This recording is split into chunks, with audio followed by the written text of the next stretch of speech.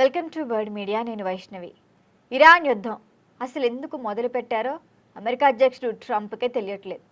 యుద్ధం మొదలు పెట్టేద్దాం అనుకున్నారు కానీ వాళ్ళ అంచనాలు ఎట్లా ఉంటాయి? అసలు యుద్ధం మనం గెలుస్తామని చాలా వరకు ఆయన ఆశలు పెట్టుకున్నారు, కానీ ఆ అంచనాలన్నీ ఇరాన్ తలకిందులు చేసేస్తోంది. ఇప్పుడు ఆ యుద్ధాన్ని కొనసాగించలేక, అసలు యుద్ధం నుంచి మేము బయటకు వద్దాం నిష్క్రమించలేక ఇబ్బంది పడుతున్నాడు ట్రంప్. అయితే ఇరాన్పై యుద్ధాన్ని ప్రపంచ దేశాలతో పాటు అమెరికన్లు వాళ్ళ దేశంలో వాళ్ళే వ్యతిరేకిస్తున్నారు. దీంతో ట్రంప్ గతంలో ఏ అధ్యక్షుడు మూటగట్టుకోలేనంత అప్రతిష్టని కూడా మూటగట్టుకున్నారు. ఆయనకు ప్రజామోదం దారుణంగా పడిపోతోంది. యుద్ధ చర్యల విషయంలో ఆయన తీసుకుంటున్న ఏకపక్ష నిర్ణయాలపైనే ప్రజల్లో వ్యతిరేకత రోజు రోజుకు పెరుగుతోంది. తాజాగా ఏపీఎన్ఓఆర్సీ అంటే అసోసియేటెడ్ ప్రెస్ నార్క్ పోల్ ప్రకారం ట్రంప్ నెట్ అప్రూవల్ రేటింగ్ 17% పడిపోయింది. మరి అమెరికా చరిత్రలో చూస్తే ఎంత చెత్తగా పరిపాలించినా కూడా ఏ అధ్యక్షుడికి కూడా ఇంతవరకు ఇంత తక్కువ రేటింగ్ రాలేదని సర్వేలే చెప్తున్నాయి. అయితే ట్రంప్ ప్రజామోదం కేవలం తగ్గటమే కాదు, మొత్తానికి క్రాష్ అయిపోయింది. ప్రధాన పార్టీల మద్దతులోనూ భారీ క్షీణతే కనిపిస్తోంది ట్రంప్కు. రిపబ్లికన్ల మద్దతు ట్రంప్కి గతంలో 92% ఉండేది. ఇప్పుడు ఈ సర్వేలో 84%కి పడిపోయింది. డెమోక్రాట్ల మద్దతు కూడా 5%గా ఉండేది, ఇప్పుడు అంతే ఉంది. కానీ స్వతంత్ర ఓటర్ల మద్దతు మాత్రం చాలా వరకు తగ్గింది. 45% ఉండగా ప్రస్తుతం అది 30%కి పైగా పడిపోయింది. అంటే మొత్తంగా అప్రూవల్ రేటు 10% నుంచి -17%కి పడిపోయిందనమాట. మరి ట్రంప్ రేటింగ్ పతనానికి ప్రధాన కారణం అయితే చూస్తే కనుక ఇరాన్ ఆయన తీసుకుంటున్న యుద్ధ చర్యలే అని కూడా అందరూ చెప్తున్నారు. కాంగ్రెస్ని మిత్రులను సంపాదించకుండా ట్రంప్ ఒంటరిగానే యుద్ధంపై నిర్ణయాలు తీసుకోవటం, ఆయన పెద్ద నేను ఒక మోనార్క్ని అని వ్యవహరించడం కూడా ప్రజలు భావిస్తున్నారంతా.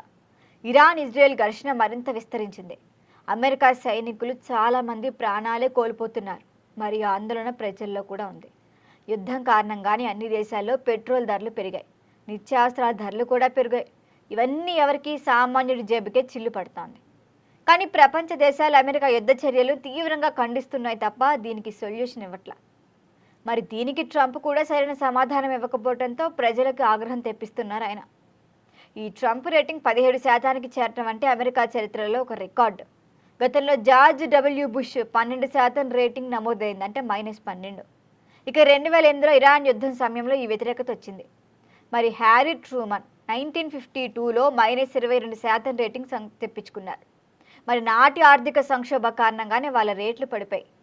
ఇక లిండన్ జాన్సన్ రేటింగ్ కూడా వియత్నాంలో యుద్ధ కారణంగానే 20%కి పడిపోయింది. మరి ఇప్పుడు వీళ్ళందరి తర్వాత ట్రంప్ అయితే ఈ రేటింగ్లో ప్రపంచం అందరిలోకి, అంటే చరిత్రలోనే అత్యల్పం అని కూడా సర్వే తెలుపుతోంది. మరి ట్రంప్కి అత్యంతగా భరోసా ఇచ్చేది, ఎప్పుడు సపోర్ట్ ఇచ్చేది రిపబ్లికన్ పార్టీ. మరి ఆ మద్దతు అయితే 92% నుంచి 80%కి పడిపోవటమే ఆయన శిబిరాన్ని కలవర పెడుతోంది. యుద్ధ విస్తరణ, ఆర్థిక భారంపై రిపబ్లికన్లు ఆందోళనగా ఉన్నారు. రిపబ్లికన్లు సోషల్ మీడియా అయితే ట్రంప్ను ఏకేస్తున్నారు. 2026 మిడ్ టర్మ్ ఎన్నికల్లో ఇది పార్టీకి నష్టం కలిగించే ప్రమాదం ఉంది. మరి డెమోక్రాట్లు హౌస్ ఆఫ్ రిప్రజెంటేటివ్స్, సెనేట్లో మెజార్టీ సాధించే అవకాశం పెరిగింది. అయితే పెన్సిల్వేనియా, మిచిగాన్, విస్కాన్సిన్ వంటి కీలక రాష్ట్రాల్లో రిపబ్లికన్ అభ్యర్థులు వెనుకబడే ప్రమాదం ఉంది. మరి ట్రంప్ మళ్ళీ పోటీ చేస్తే ఈ రేటింగే ఆయనకు పెద్ద అడ్డంకిగా మారుతుంది. ఇదేనప్పటికీ ట్రంప్ ప్రజామోదం మైనస్కి చేరడం అంటే ఇది ఒక సంఖ్య కాదు, ఇది అమెరికా ప్రజాస్వామ్యానికి హెచ్చరిక. ఇరాన్ యుద్ధ విషయంలో మొనార్క్లా వ్యవహరించడం తగ్గిస్తే ట్రంప్కి ఎంతో కొంత మంచిది. లేకపోతే రిపబ్లికన్ల మద్దతు పోతుంది. ఇంకా మిడ్ టర్మ్ ఎన్నికల్లో వస్తే పార్టీ భవిష్యత్తే అంధకారంలోకి వెళ్తోంది. మరి ప్రజాస్వామ్యంలో ప్రజాభిప్రాయమే రాజు అన్న సత్యాన్ని ట్రంప్ మర్చిపోకూడదని విశ్లేషకులు చెప్తున్నారు. మరి చూడాలి, ట్రంప్ ఏమన్నా ఆయన వైఖరి మార్చుకుంటారా, మళ్ళీ తిరిగి పడిపోయిన రేటింగ్ని పెంచుకుంటారా చూడాలి. దీనిపైన మరిన్ని అప్డేట్ల కోసం చూస్తూనే ఉండండి బర్డ్ మీడియా.